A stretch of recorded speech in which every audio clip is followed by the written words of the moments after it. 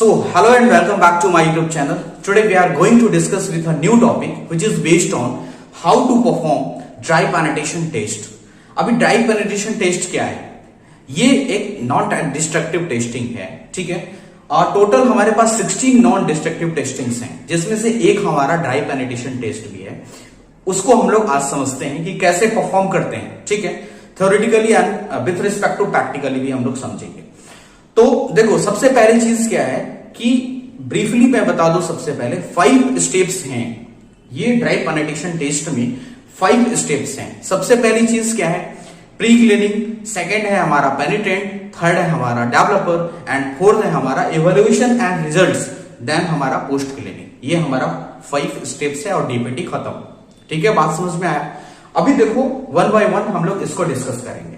तो सबसे पहली चीज क्या है कि अकॉर्डिंग टू कोड, ठीक है, कोड क्या बोलता है एएससी में सेक्शन 5 आर्टिकल 6 में कि intermixing of penetrant material non acceptable.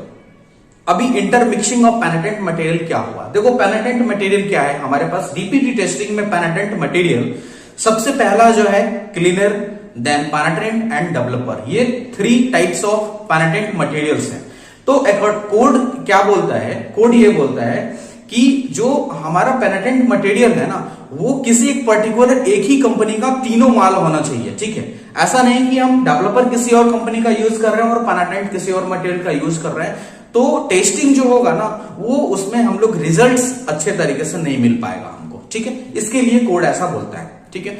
Then हम लोग बात करते हैं कि ये जो ड्राई पेनिट्रेशन टेस्ट है ना, वो एक्चुअली कौन डिसाइड करता है कि इस जॉइंट्स का आपको ड्राई पेनिट्रेशन टेस्ट करना है, ठीक है। इसके बारे में भी मैं बताता हूं आपको। देखो, कहीं भी आप काम करने जाओ, ठीक है, किसी भी फील्ड में आप काम करने जाओ, वहां पे एक फील्ड क्वालिटी प्लान होता है जो कि क्लाइंट के द्वारा आपको प्रोवाइड किया जाता है स्पेशल जॉब्स के रिगार्डिंग में। उसमें इंफॉर्मेशन दी गई रहती है।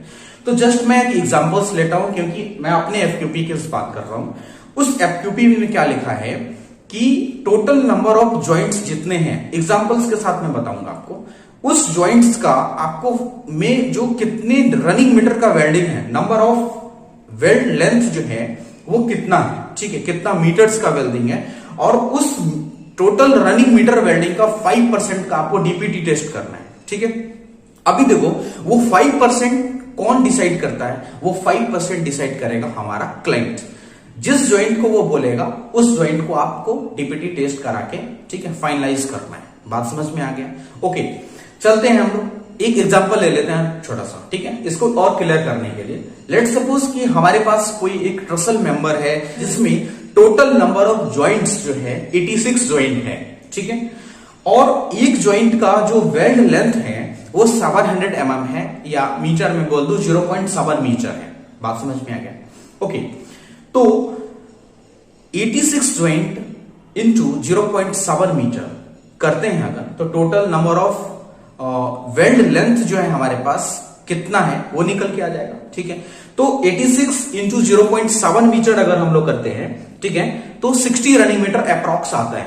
अभी 60 रनिंग मीटर का 5%, ठीक है, 60 रनिंग मीटर का 5% जो है हमारे पास अप्रॉक्स 3 रनिंग मीटर आता है। अभी 3 running metre is divided by 0.7 metre, ठीक है, तो 4.28 ज्वाइंट्स आते हैं हमारे पास में। बात समझ में आया? क्योंकि 0.7 मीटर से हमने क्यों डिवाइड करा? क्योंकि एक का नंबर ऑफ जो ज्वाइंट्स है हमारा, उसमें वेल्ड लेंथ जो है वो 0.7 mm हमने बताया आपको।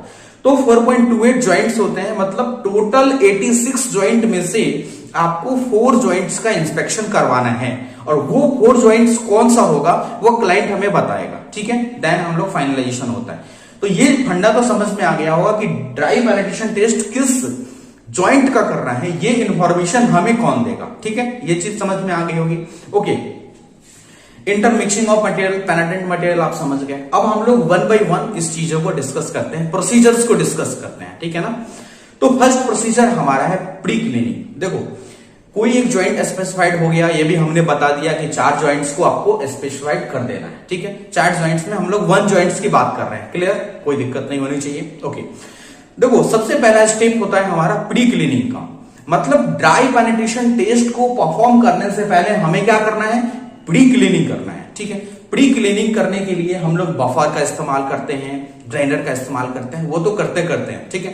अभी हम यहाँ जो बात कर रहे हैं, प्री क्लीनिंग के लिए हम लोग प्योर कॉटन क्लॉथ्स का इस्तेमाल करेंगे, ना कि एक नॉर्मल कपड़े का इस्तेमाल करेंगे प्री क्लीनिंग के लिए। ओके, प्री क्लीनिंग के लिए क्या करेंगे, अप्लाई करेंगे हम क्लीनर, ठीक है, या अप्लाई करेंगे हम थिनर भी उसको बोलते हैं, कॉटन क्लॉथ्स पे अप्लाई करेंगे। देन उस जॉइंट्स को क्लीन अप करेंगे, ठीक है, अच्छे तरीके से क्लीन करेंगे। ओके, क्लीन भी करना है हमें, तो लेट सपोज कि हमारा ये जॉइंट है ना, तो इस जॉइंट के 25 mm या 1 इंच है ना, left hand side and 1 inch right hand side को भी कवर अप करके चलेंगे, ठीक है। तो जो हमारा रिजल्ट है ना, वो उसका जो परफॉर्मेंस है वो अच्छा आएगा, ठीक है। 25 mm हमको ऑफसेट लेना है, ठीक है, बात समझ में आ गया। तो प्री क्लीनिंग का तो फंडा समझ में आ गया कि उस ज्वाइंट को प्रॉपर हम लोग प्री क्लीनिंग कर लेते हैं, ठीक है। देन सेकेंड है हमारा कि अप्लाई पेनेट्रेंट को हम लोगों ने अप्लाई करा, किस पे, हमने ज्वाइंट पे अप्लाई करा। अभी देखो पेनेट्रेंट का एक अपना इंपॉर्टेंस है in a capillary action of penetrant जो होता है ना, वो स्ट्रॉन्ग कैपिलरी एक्शन है। अभी देखो कैपिलरी एक्शन क्या बोलता है, कैपिलरी एक्शन क्या बोलता है कि आपके जॉइंट में अगर डिफेक्ट्स है, लाइक कोई डिसकंटिन्यूटीज है या कोई क्रैक है या कोई पिन होल है या कोई पोरोसिटी है, तो उसको हम लोग फाइंड आउट करेंगे, ठीक है। अभी पेनेट्रेंट क्या करेगा, लेट सपोज कि हमारे वर्कपीस में क्रैक है, तो उस क्रैक के अंदर में क्या करेगा, वो फिलअप हो जाएगा, उस क्रैक के अंदर में फिलअप हो जाएगा। अभी वो किस पीरियड में होगा, ये नेक्स्ट स्टेप है हमारा डुअल टाइम में हम लोग क्या करते हैं, 5 से 10 मिनट के लिए एक पेनेट्रेंट को छोड़ देते हैं, अप्लाई करके हम लोग छोड़ देते हैं, ठीक है। तो वो क्या करेगा, क्रैक के अंदर में अपना जगह बना लेगा, ठीक है, बात समझ में आ गया। तो यहाँ पे जो पेनेट्रेंट का काम है ना, वो हो गया भाई खत्म, ठीक है। क्यों, क्योंकि पेनेट्रेंट अपना जगह बना लिया, जहां जहां उसको मिला ना जगह, वो जगह बना लिया due to strong capillary actions के कारण वो अपना जगह बना लिया, ठीक है।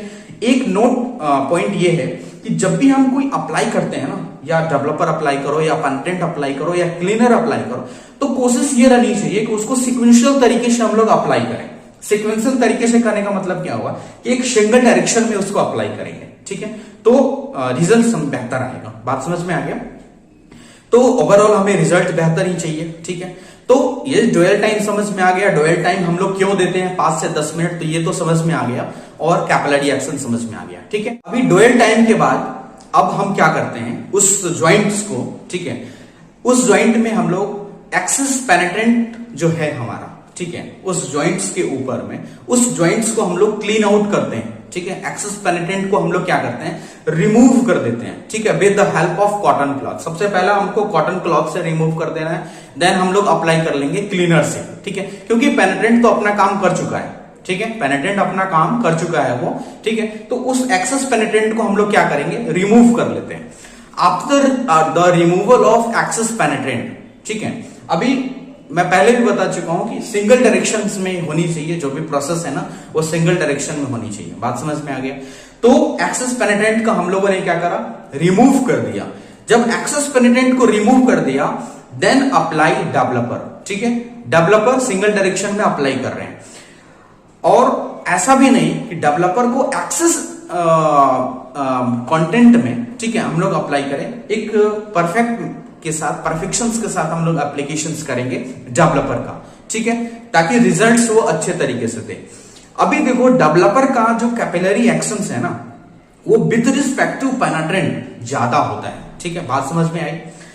तो उस कैपिलरी एक्शंस के ज्यादा होने से क्या होगा, जैसे ही हमने डेवलपर को अप्लाई करा, तो ऑलरेडी जो पेनेट्रेंट अपना जगह बना चुका है, वो क्रैक्स में या डिसकंटिन्यूटीज में या कोई डिफेक्ट्स में, वहां क्या होगा, डेवलपर वहां जाके एडजस्ट हो जाएगा, है ना, उसके डायरेक्शंस में नीचे की तरफ जाके बैठ जाएगा, ठीक है। जिस जगह पे पेनेट्रेंट अवेलेबल है, उस जगह पे डेवलपर भी अपना जगह बनाएगा। अभी देखो, जब डेवलपर अपना जगह बनाएगा, तो जो पेनेट्रेंट है वो क्या करेगा, वो बाहर की तरफ मूव होगा, ठीक है, बाहर की तरफ जैसे ही मूव होगा, क्योंकि भाई ये डेवलपर तो नीचे की तरफ जा रहा है ना, स्ट्रॉन्ग कैपिलरी एक्शंस के कारण, तो पेनेट्रेंट ऊपर की तरफ जाएगा, क्योंकि जो लाइनिंग है ना, जो क्रैक्स है वो लिमिटेड है, वो उस क्रैक में पहले ही पेनेट्रेंट अवेलेबल था। अब पेनेट्रेंट का जगह कौन ले रहा है, डेवलपर ले रहा है। तो पेनेट्रेंट कहां जाएगा, पेनेट्रेंट सरफेस के ऊपर अपना इफेक्ट दिखाएगा, और वही हमारा एक्चुअल रिजल्ट्स हुआ। समझ में आ गया? तो जो हमारा स्टेप था वो next step evaluations and interpretations का है, ठीक है। वो उसको हम लोग रिजल्ट में कट डाउन करते हैं, ठीक है। तो रिजल्ट्स में ये चीज हमें क्लियर पता लग जाएगा कि उसमें क्या डिसकंटिन्यूटीज है या क्या डिफेक्ट्स है, ठीक है, या कौन सा पिन होल है या कोई पोरोसिटी है, ये इजिली दिखाई दे देगा आपको, ठीक है। तो उसको हम लोग उस पर्टिकुलर लोकेशंस को मार्कअप कर लेंगे, ठीक है। देन हमको रेक्टिफिकेशंस करने की जरूरत है। रेक्टिफिकेशंस करने के बाद में फिर हम लोग डीपीटी को अप्लाई करेंगे। फिर एप्लीकेशन करने के बाद अगर परफॉर्मेंस उसका सही रहता है, कोई डिफेक्ट्स नहीं आता है, then we call the clients कि आप चेकअप कर लो, ठीक है। बात समझ में आ गया? तो ये चीजें, ये जो प्रोसेस है वो अच्छे तरीके से समझ में आए होंगी। और लास्ट प्रोसेस जो हमारा है ड्राई पेनिट्रेशन टेस्ट का, वो मोस्ट इंपॉर्टेंट प्रोसेस है, वो है पोस्ट क्लीनिंग का। बात समझ में आया? पोस्ट क्लीनिंग हम लोग कई बार डीपीटी करने के बाद भूल जाते हैं या छोड़ देते हैं, ठीक है, जो कि नहीं होना चाहिए। उस ज्वाइंट को आप और कमजोर बना रहे हो डे बाय डे, ठीक है। उसमें करोजन आके लगेगा, उसमें जो हमारा वीकेस्ट पॉइंट हो जाएगा, फिर वो बाद में धीरे धीरे करते करते। इसके लिए क्या करेंगे हम, उसको पोस्ट क्लीनिंग करना हमको जरूरी रहता है, ठीक है। तो लास्ट प्रोसेस हमारा है पोस्ट क्लीनिंग। तो आशा करते हैं कि ये सब जो प्रोसेस है वो आपको अच्छे तरीके से क्लियर हो गया होगा, इसमें कोई डाउट्स नहीं होने चाहिए, क्योंकि मैंने बहुत डेप्थ में इन चीजों को समझाने की कोशिश की, ठीक है। तो आशा करते हैं ये लेक्चर आप सभी के लिए फ्रूटफुल हो, ठीक है। Thank you for watching my video.